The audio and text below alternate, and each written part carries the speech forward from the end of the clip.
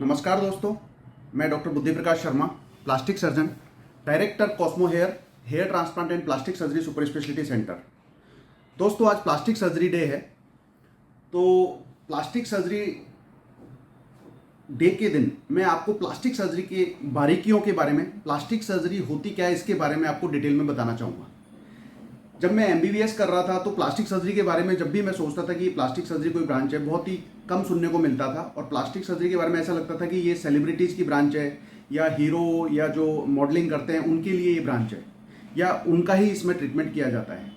तो मुझे एमबीबीएस करते टाइम जब प्लास्टिक सर्जरी के बारे में पता नहीं था, तो जो आम जनता है उसको प्लास्टिक सर्जरी के बारे में कैसे पता होगा। पर मैं जब धीरे धीरे मैंने प्लास्टिक सर्जरी में एंटर किया, एमसीएच में एंटर किया, उसके बाद मुझे प्लास्टिक सर्जरी के बारे में डिटेल जो ज्ञान है वो मुझे प्राप्त हुआ।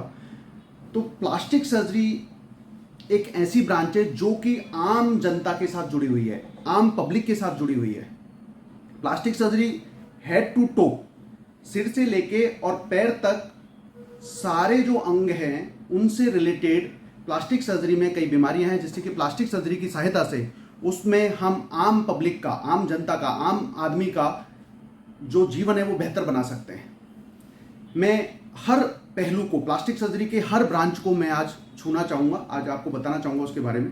सबसे पहले मैं बर्न्स के बारे में बताना चाहूँगा। जले हुए, जलना एक आम आदमी के ज़िंदगी में कहीं न कहीं, कभी न कभी उसके परिवार में या किसी भी सदस्य को, चाहे आप घर पे ले लो, चाहे बाहर ले लो, फैक्ट्रीज में ले लो या करंट से ले लो, कैसे भी जलना एक आम समस्या है। और बर्न का ट्रीटमेंट वो प्लास्टिक सर्जरी के अंतर्गत आता है। प्लास्टिक सर्जन बेहतर तरीके से जले हुए मरीजों का इलाज कर पाता है। दूसरी चीज़ में ट्रॉमा, एक्सीडेंट्स। जब भी एक्सीडेंट होता है उसके बाद चेहरे पर कोई भी चोट लगती है, चेहरे की हड्डियों का जो भी फ्रैक्चर होते हैं, चाहे वो मैंडिबल ले लो, जबड़ा ले लो, चाहे वो मैग्जिला ले लो, चाहे ऑर्बिट आंखों की हड्डी ले लो, चाहे जाइगोमा फ्रैक्चर ले लो, तो चेहरे की हड्डियों का जो भी फ्रैक्चर है उसका इलाज बेहतर तरीके से प्लास्टिक सर्जन कर पाता है। चेहरे की ऊपर चमड़ी का या नाक की चमड़ी का या कहीं पर भी कोई भी जख्म है, शरीर में कहीं पर भी कोई भी जख्म है, तो उसका बेस्ट इलाज प्लास्टिक सर्जन ही कर पाता है। वो चाहे वो चमड़ी लगा के करे या उस पर मांस प्रत्यारोपित कर कर उसका इलाज करता है। बेसिक जो प्लास्टिक सर्जरी वर्ड है वो, उसका मतलब होता है प्लास्टिकोस, यानी टू मोल्ड। मतलब आपकी जिंदगी को परिवर्तित करता है प्लास्टिक सर्जन, चेंज करता है, उसमें मॉडिफिकेशंस लाता है, वो प्लास्टिक सर्जन करता है। बर्न और ट्रॉमा के बाद अगर मैं लेता हूं तो जन्मजात बीमारियां, कई बच्चे जो जन्म से जिनके कटे होंठ होते हैं या कटे तालू में छेद होता है, तो कटे होंठ, तालू, उनका इलाज प्लास्टिक सर्जरी में बेहतर तरीके से किया जाता है। उसमें प्लास्टिक सर्जन सर्जरी कर कर आम बच्चे, आम जनता की जिंदगी को बेहतर बना सकते हैं।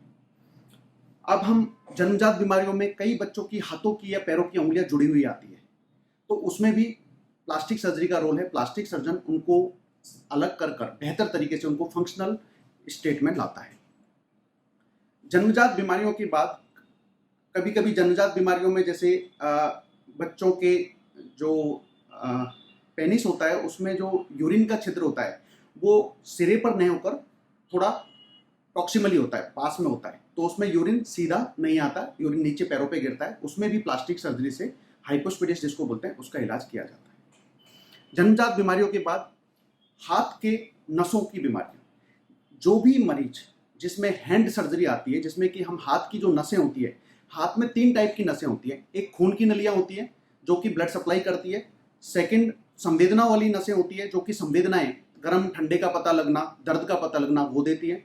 तीसरी होती है मूवमेंट वाली, जो उंगलियों की मूवमेंट गतियां करती है, जिनको अपन टेंडन बोलते हैं।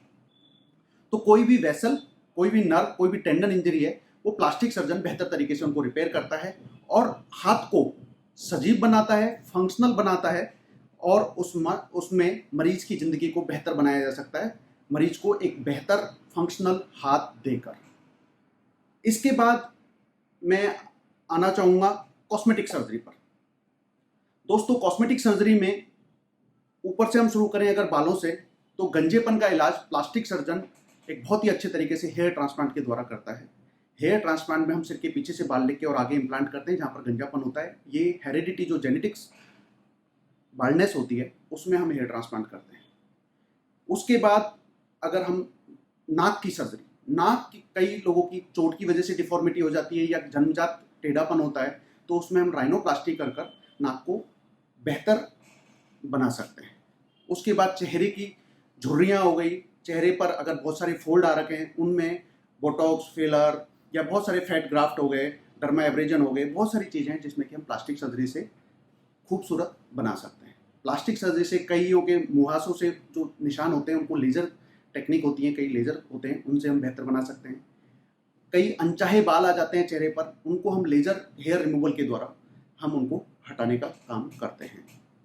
उसके बाद ब्रेस्ट सर्जरीज, कई महिलाएं होती है जिनके ब्रेस्ट इनइक्वल होते हैं, असमान होते हैं, या ब्रेस्ट हाइपोप्लास्टिक होते हैं, ब्रेस्ट पूरी साइज अच्छी नहीं होती है, तो उनमें हम ब्रेस्ट इम्प्लांट या और अच्छी सर्जरी कर कर उनको ब्रेस्ट को बेहतर बनाया जा सकता है और उनका कॉन्फिडेंस दोबारा से लौटाया जा सकता है। इसके बाद मोटापे को कम करना, मोटापा बेसिकली फैट को रिमूव करना, लाइपोसक्शन जिसको हम बोलते हैं। लाइपोसक्शन में जो भी मरीज जिसके फैट इकट्ठा हुआ है एबनॉर्मल पोजीशंस पर, वहां से हम फैट हटाकर लाइपोसक्शन के द्वारा उनको शेप में लाने का काम करते हैं।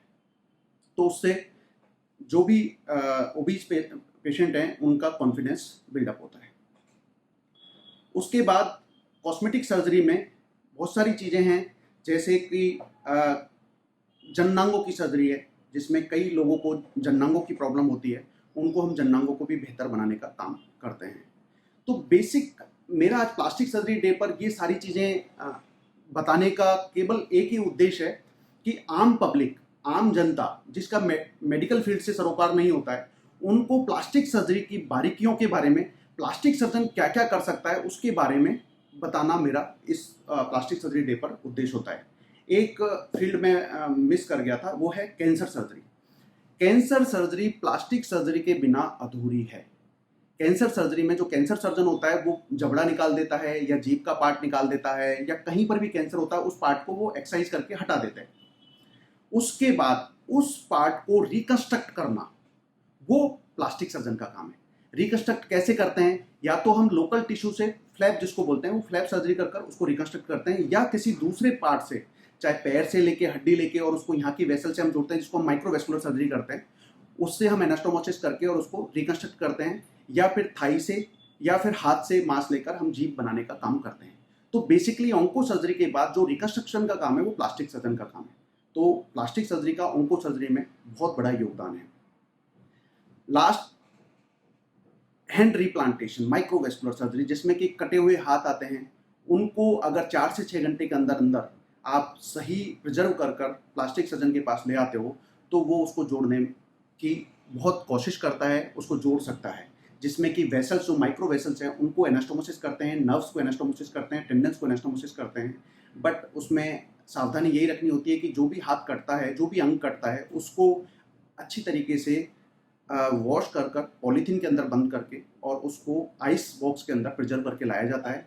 जो अधिकतर शार्प कट होते हैं वो 4 से 6 घंटे के अंदर रिप्लांट हो सकते हैं, दोबारा से जोड़ सकते हैं। धन्यवाद दोस्तों। मुझे आशा है कि जो मैंने आपको बताया प्लास्टिक सर्जरी डे पर, ये प्लास्टिक सर्जरी के बारे में, ये आपको पसंद आया होगा। और मेरा मकसद जो बताना है, ये बताना, इससे मैं आम लोगों की ज़िंदगी को कैसे बेहतर बना सकते हैं प्लास्टिक सर्जरी के द्वारा, ये मेरा मकसद था इस वीडियो के द्वारा आप तक ये संदेश पहुंचाना। धन्यवाद।